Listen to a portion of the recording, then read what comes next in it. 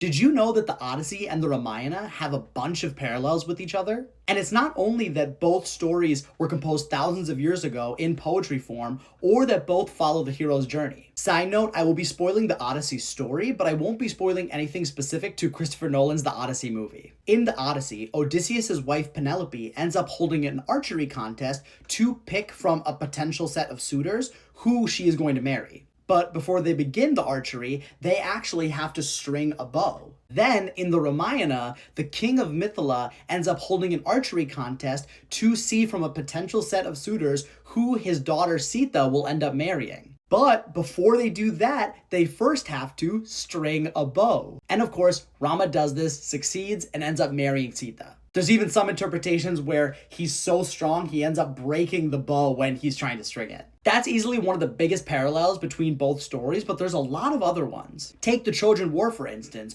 a war fought where one side laid siege to a city in order to get a woman that they thought was kidnapped.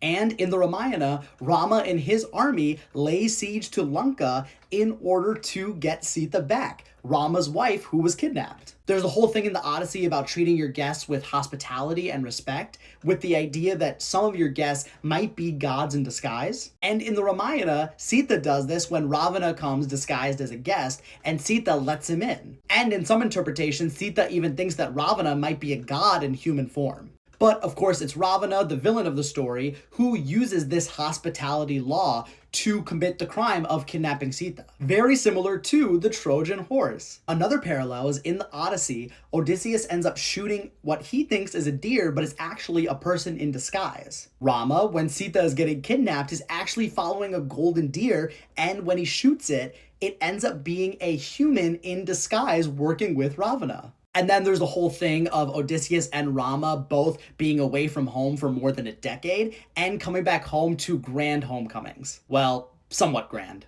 These are the parallels that came to me and that I've seen other people discussing online, but I'm sure there's plenty more. These similarities have caused some scholars to actually theorize that the Odyssey and the Ramayana may actually derive from one story that was composed even earlier than either. Then, as people migrated, the story most likely evolved and changed and morphed into what we know today as the Odyssey and the Ramayana.